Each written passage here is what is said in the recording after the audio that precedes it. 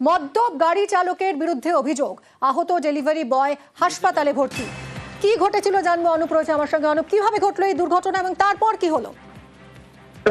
আমার দুর্ঘটনাকে ডেলিভারি বয়কে ধাক্কা মারার অভিযোগ মদ্যপ গাড়ি চালকের বিরুদ্ধে। মূলত যে রাত 11টা নাগাদ সল্টলেক যে একেবারে সিটি সেন্ট্রাল আইল্যান্ড থেকে রামকৃষ্ণ আইল্যান্ডের যখন দিক থেকে কল্যাণ জুয়েলার্স আইল্যান্ডের দিকে যাচ্ছিল, সেই সময় কিন্তু ডেলিভারি বয়কে পিছন দিক থেকে মদ্যপ অবস্থায় চার চাকা চালক তিনি কিন্তু সজোরে ধাক্কা মারে।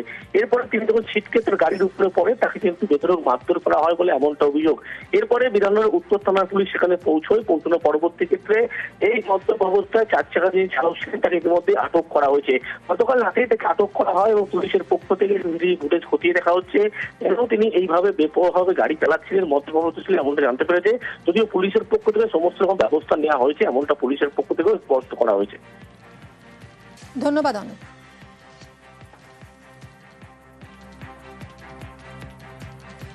গত বুধবার সল্টলেকে মর্মান্তিক দুর্ঘটনায় মৃত্যু হয় এক ডেলিভারি বয়ের। সিগন্যালে দাঁড়িয়ে থাকা অবস্থায় গাড়ির ধাক্কা, আগুন লেগে যায়, ঝলসে মৃত্যু হয় এক ডেলিভারি বয়ের। তারপর আজ আবারও দুর্ঘটনা।